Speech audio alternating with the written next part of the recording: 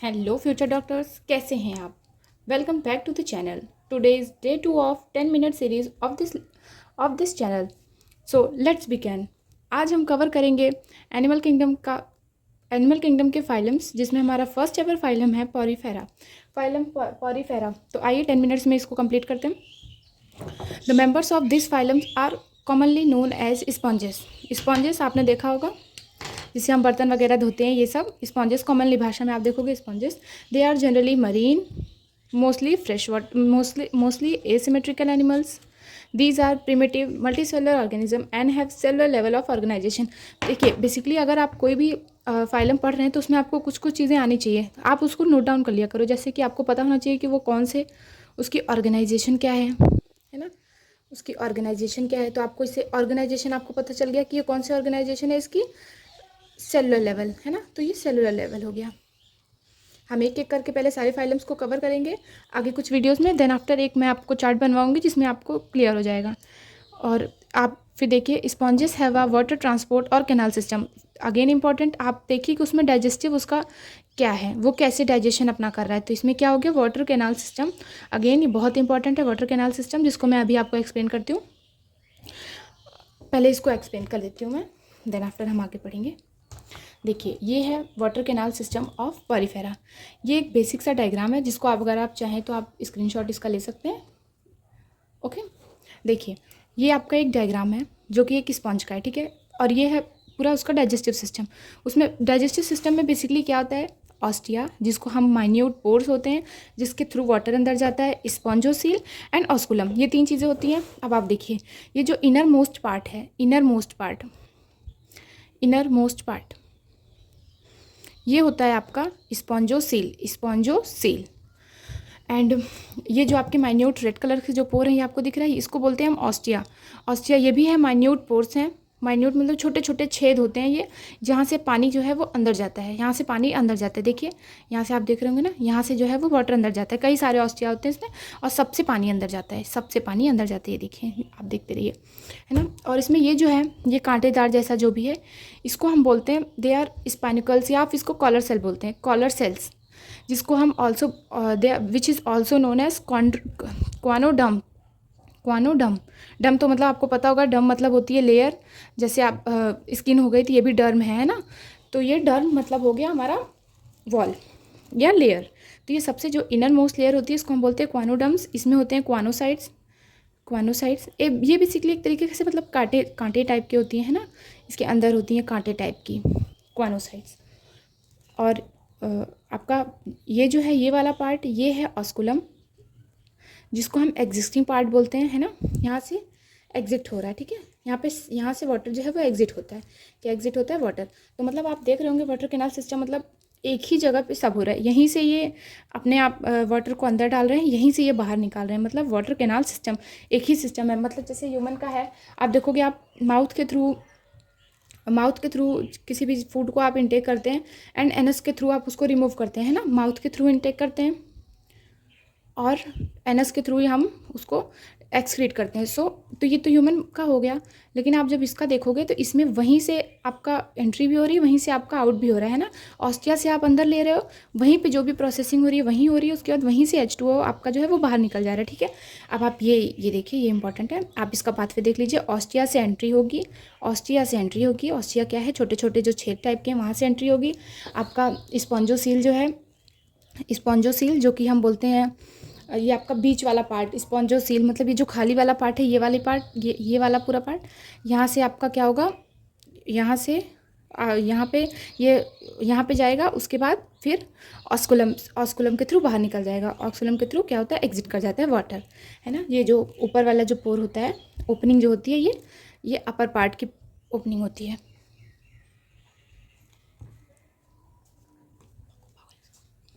निकल ऑस्कुलम जो है, यहीं से हमारा जो है वो एग्जिट हो जाता है, ठीक है। अपर पार्ट की ओपनिंग को हम बोलते हैं ऑस्कुलम, ठीक है। अब आपका ये जो स्पॉन्जोसील होता है, ये जो होता है फ्लैजिलेटेड होता है। फ्लैजिलेटेड मतलब आप समझ रहे हैं, ये ऐसे ऐसे होता है। इसमें जो है वो मूवमेंट होती है। फ्लैजिला क्या करता है, फ्लैजिला हमारी मूवमेंट को बढ़ावा देता है एक तरीके से। मतलब अगर किसी एक तरीके की आप पूंछ टाइप की समझ लीजिए, है ना। जैसे मतलब आपको पता होगा कि स्पर्म जो होते हैं, स्पर्म सेल, उसमें भी ऐसे फ्लैजिलेटेड सेल्स होती हैं, है ना। ये फ्लैजिला होती है, हर चीज़ में होती है। ओवा में हमारे फ्लैजिला होते हैं, मतलब जो उसको आगे फर्दर मूव करवाते हैं। तो ये फ्लैजिलेटेड मूवमेंट इसमें होती है, जो कि क्या करती है, helps in movement of H2O। तो हो गया, ये वाटर कैनाल सिस्टम यही था। आप लोग एक बार अच्छे से और देख लो, है ना, और उसके बाद आप बुक में देखते हैं, बुक में होती है।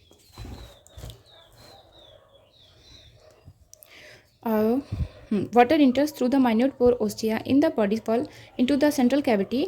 सेंट्रल कैविटी मतलब जो बीच की आपकी कैविटी थी, ओपनिंग जो आपका खाली स्पेस था, spongocoel, from where it goes through osculum. Osculum से वो बाहर निकल जाते हैं ना।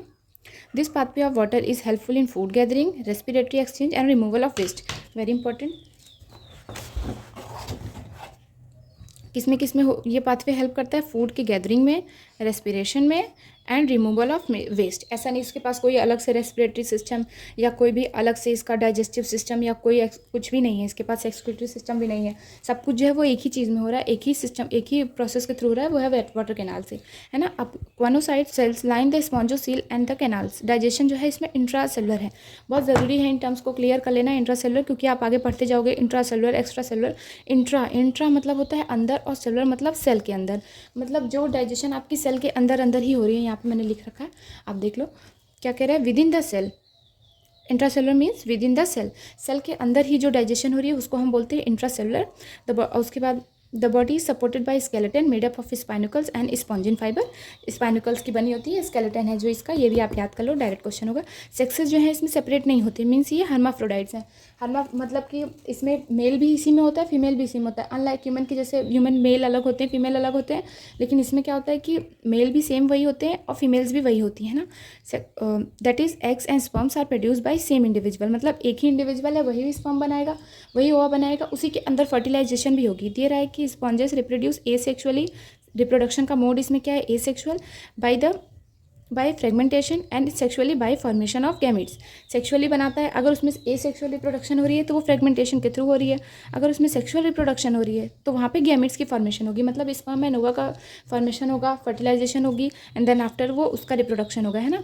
फर्टिलाइजेशन जो है इसमें इंटरनल है, इंटरनल फर्टिलाइजेशन, फिर वही अगेन कि जो आपकी फर्टिलाइजेशन है, मतलब जो स्पर्म और ओवा का मीटअप है वो अंदर ही हो जाएगा, एक ही उसी के अंदर। मतलब ऐसा नहीं है कि उसके लिए आपको फीमेल बॉडी ही चाहिए, जैसे आप ह्यूमन बीइंग में देखोगे तो फीमेल बॉडी में होती है फर्टिलाइजेशन, लेकिन इसमें क्या है, उसी में हो जाएगा। क्यों?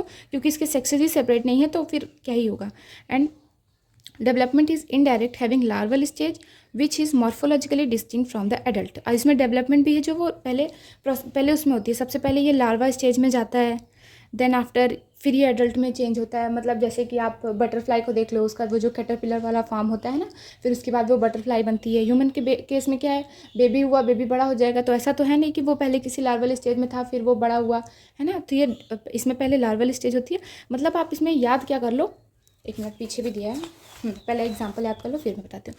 अब आप इसको एग्जाम्पल देखो, एग्जाम्पल में पहला एग्जाम्पल आपको दिया है साइकॉन। इसको आप पहले आप इसको याद कर लो। अगर आप मान लीजिए आपसे टेस्ट में सीधा पूछ रहा है कि आप ये बताओ कि ये क्या चीज़ है ना, ऐसा डायग्राम पूछ लिया कि ये क्या है, साइकॉन है कि स्पॉन्जिला है, क्या है, तो आप कैसे इसको आइडेंटिफाई करोगे? आप इसको ऐसे याद कर लो, SY। आप या तो ऐसे याद कर लो, ऐसे स्ट्रेट है, या उससे भी अच्छा तरीका, ज़रा सा आप इसको ऐसे देखो, ये आपको ये ऐसे करके थोड़ा बना के देखो, थोड़ा थोड़ा वाई के शेप में नहीं लग रहा है? मतलब आप ऐसे देखो, आप थोड़ा, आपको याद करना है तो कुछ तो करना होगा। मतलब आप इसको देखिए ना, ये आपको थोड़ा सा ऐसा वाई की तरह नहीं लग रहा है? और एग्जाम्पल में वाई किस में आ रहा है, सिर्फ साइकॉन में, तो यस ये साइकॉन हो गया। अब आप इसको देखिए, इस यू स्पॉन्जिया, आप पहले ये देख लो यू स्पॉन्जिया, ठीक है। अब इसको आप देखो, ये इसको हम और बोलते हैं क्या, इसको हम बोलते हैं बाथ स्पॉन्ज, है ना, बाथ स्पॉन्ज। तो आपने वो देखा है, वो जो नहाने के लिए क्या सेलिब्रिटीज़ यूज़ करते हैं, दैट क्या बोलते हैं उसको, लूफा। तो वो भी तो कुछ ऐसा ही होता है ना, ऐसा फ्लावर के जैसा होता है। तो फिर तो ये भी उसी के जैसा है, तो आप इसको ऐसे याद कर लो, या फिर इसको आप ऐसे याद कर लो, यू स्पॉन्जिया जो है, इसको आप, मैंने इसको तो याद करके रखा है, यू स्पॉन्जिया को ई से ईजी, और easy ball, easy ball, ball कैसे होती है, गोल गोल शेप की होती है, तो यू स्पॉन्जिया कैसा हो गया, वो गोल गोल हो गया, है ना। और इसको तो आप देख ही लो, स्पॉन्जिला। ऐसा लग नहीं रहा है कि ये गीला हो गया है? मतलब आप किसी कपड़े को ऐसे गीला करो तो फिर वैसे लटका रहता है, उसमें से पानी जैसा टपकता रहता है। तो आप इसको देखो, ऐसा लग नहीं रहा है कि ये गीला सा है? इसको ऐसे उठाओ, देखो ऐसे लटका लटका सा। इसको आप रिलेट और कर सकते हो, ये देखो, देखो यहाँ पे दे रखा है ना कि जो आपका साइकॉन है स्काइफा, इस, अब आपको इसका ये नेम भी पता होना चाहिए कि साइकॉन को आप स्काइफा कहते हो, तो वाई से वाई याद कर लो, है ना। तो ये तो आपका डन। वाई से जो स्ट्रेट है या जिस डायग्राम में वाई शेप का बन रहा है वो साइकॉन हो गया या स्काइफा। स्पॉन्जिला मैंने बताया ना, गीला गीला कह रहा है वाटर स्पॉन्ज, किसी भी चीज़ पे आप पानी डालोगे तो वो गीला तो हो ही जाएगा, तो स्पॉन्जिला। और अजीब सा गीला सा है तो अजीब सा लटका लटका सा होगा, उसमें पानी गिरता रहेगा, है ना। एंड यू स्पॉन्जिया को आप देखोगे तो यू स्पॉन्जिया को मैंने आपको बताया ना, you Spongia bath sponge, bath के लिए आप क्या यूज़ करते हो, वो लूफा, तो लूफा की तरह यू स्पॉन्जिया लगता है, या फिर आप इसको ईजी बॉल की तरह याद कर लो, ईजी बॉल की तरह। तो बॉल जो होता है वो गोला गोला होता है, तो यू स्पॉन्जिया जो है वो भी गोला गोला सा होगा। ओके, तो हो गया या। तो अब मैं आपको बता देती हूँ कि आप क्या क्या लिख लो जिससे आप याद कर लो। आप सबसे पहले लिख लो कि इनका हैबिटेट क्या है ना, कि मरीन वाटर के हैं कि फ्रेश वाटर के हैं। आप इनका लेवल ऑफ ऑर्गेनाइजेशन लिख लो। आप इनकी फर्टिलाइजेशन लिख लो, डायरेक्ट है कि इनडायरेक्ट, है ना। फर्टिलाइजेशन इंटरनल है कि फर्टिलाइजेशन लिख लो। आप इसका डेवलपमेंट लिख लो, डेवलपमेंट इसका कैसा है ना।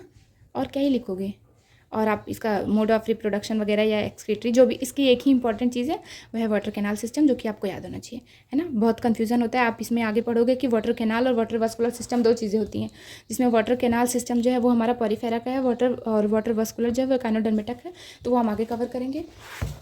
So yes, that's all for, stay tuned for the next video, and next video में हम कवर करेंगे सिलेंड्रेटा। Thank you.